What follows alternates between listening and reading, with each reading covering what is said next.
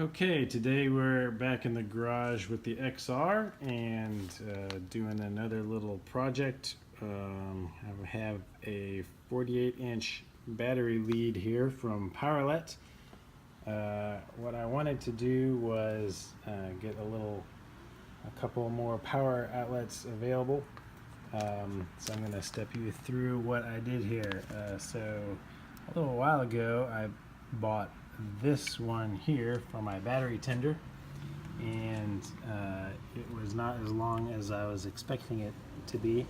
I'll show you where it goes. So I just connected it to the battery and ran it down here right under there, and I have it zip tied down here, so it just comes out right there on the bike. So it's very convenient for plugging in the battery tender, but it does not let me plug in any accessories up here, obviously.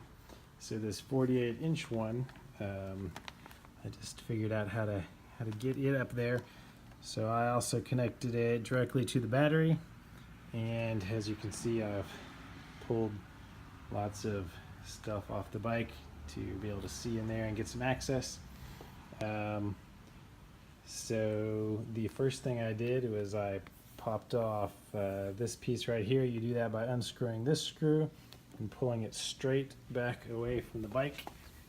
I'll show you what it looks like. So you can see these tabs here are pressure things that pop out, and these tabs fit into the plastics right up here. So that piece is easy. After you pop that out, the next thing I did was undo these corner pieces.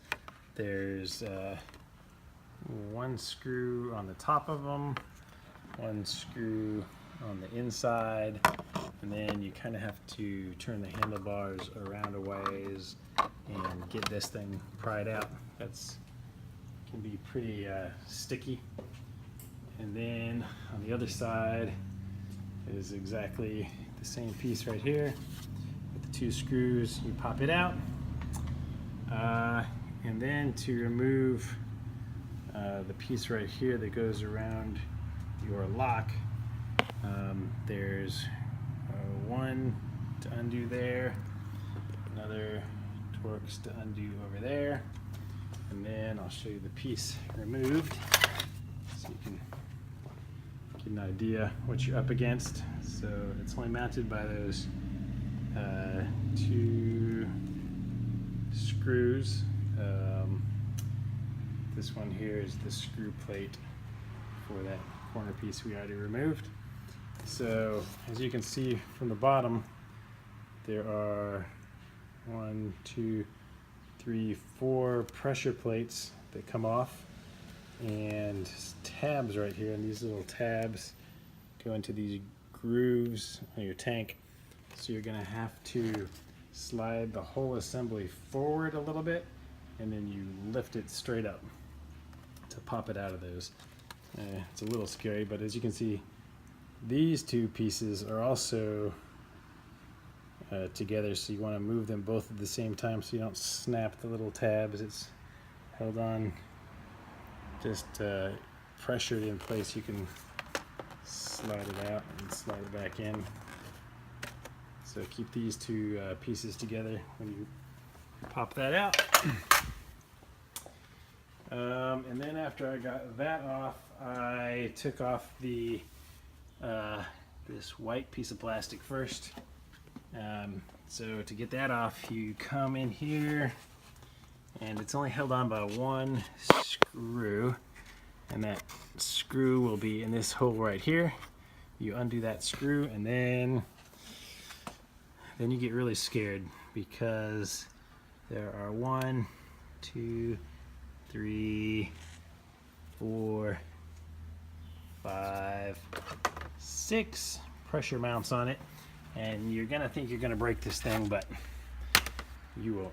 Just yank on it really hard, well, with a lot of force, gently. So you can see That's all it is these little plastic tabs snap into those retaining clips, and then you'll have that piece out.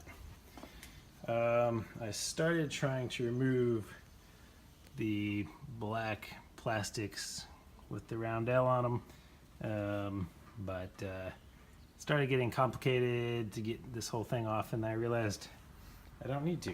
So what I did is took this one, it runs here, and I just tucked it under. You still see it here.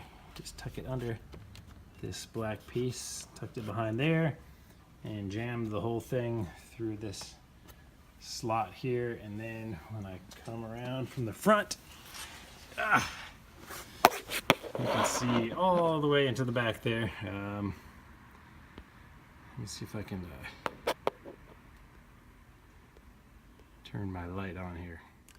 Okay, now we have some light. So with this panels off, you can reach all the way into there and grab it. It is this one right here that is coming through. So what I did is, you can almost see that there's a zip tie right here. So I just zip tied it to one of the wires coming out of your silver box here. And then I zip tied it again a couple times to this wire that's already running up near your fork, and just have the end right there. So if we come up top,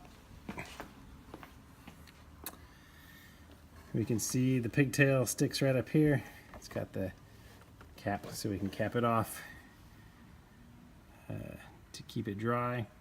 And once we put all the pieces back on, I should be able to attach some accessories to my handlebars and plug it in there. Okay, well, after reassembling everything, you can see the pigtail right there. And I also realized that I don't think I needed to remove most of the plastics. I think I could have just undone the top bolts on this black plastic here, this one and this piece right here that's still removed, and just to make this loose enough to tuck the wire down there without removing any of the plastics. I could still reach and pull it through and zip tie it. I just couldn't see very well with the plastics on there, but now that you know where it goes, you can probably do it without removing all of that stuff. So that should make it a lot simpler. And that's it. Oh yeah, so one last thing. On this pigtail, I added this battery tender thing that is essentially a pigtail to USB converter. So I'll be able to plug my iPhone into that guy and have it charge on the bike.